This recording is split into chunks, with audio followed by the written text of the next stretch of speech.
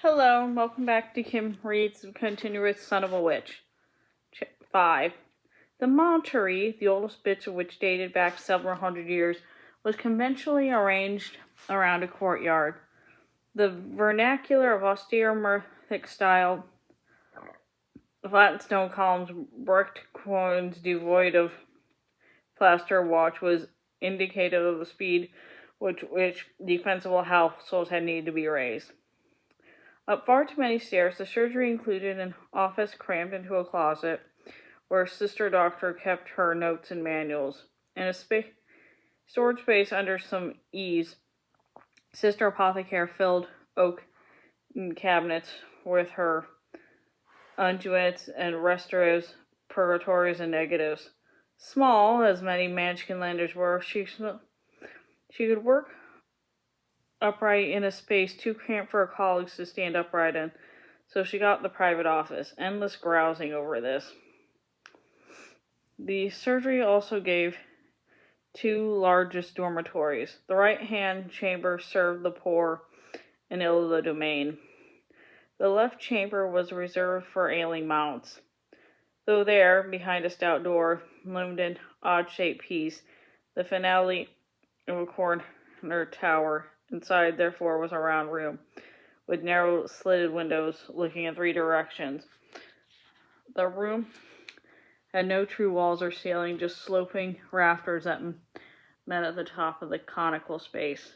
A bed-bound patient could stare up and see the roof planking traversing the ribs. There were bats, but they were cleaner than most of the patients, so they were It's like nothing so much as being stuck inside a witch's hat, thought this superior mount as she paused to catch her breath. Then she pushed aside the curtain and entered. Liir, if it was he, and she was rather certain it was laid upon the high bed, more like a corpse than an invalid.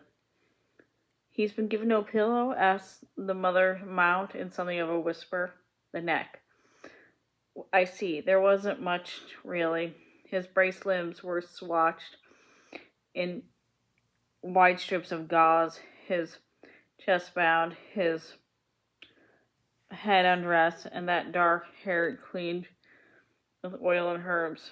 His eyes, behind slits on the bandage, were closed. The lashes were long and feathery. He's not been torrified, has he? You have tucked him up like a victim of burns. The skin needs tending for the sore, so we cannot fully mobilize him." "I suspect not," thought the superior mount. Her eyes weren't what they had been. She looked forward, looked closely at the seams where Lear's upper and lower eyelids met. Though she lifted his hand and studied his nails, his skin was clammy, like the rind of a valley shark cheese. The fingernails were crazed. Pull back his loincloth. Sister Doctor and Sister Apothecary exchanged glances and did as they were bade. The superior mount had little reason to become an expert in male anatomy, but she showed no signs of pleasure or revulsion. She gently shifted the member this way and that, lifted his testicles. "I ought to have been reading my spectacles," she murmured. She needed help straightening up. "Very well, do him up again," she said. Her mounts obliged. "Sister Doctor," said the superior mount. "Sister Apothecary, I will not have you loosen his bindings to show me the bruises you report. I rely on your perspicacity. However, I must make note here, and I will do so formally in the log of the house, that I observe no sign of greenness in his skin. I will tolerate no murmur below stairs that are harboring any sort of aberration. If you've been discreet enough to propose such to your sisters, correct the damage at once. Is this understood?" She didn't wait for an answer and turned back to the body. It was hard to take the measure of a man who displayed the flaccid composure of a corpse. No brow is noble when it's dead.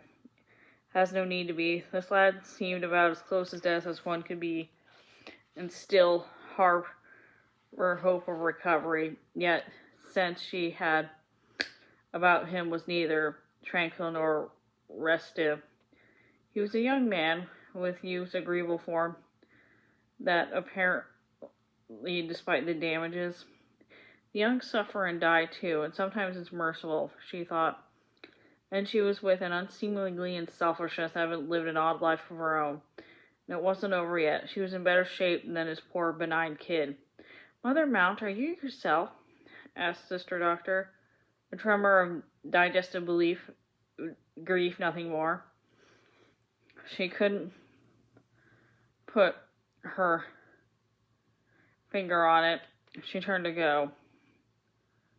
There was Sister Cook to interview next, and other pressing matters of the day.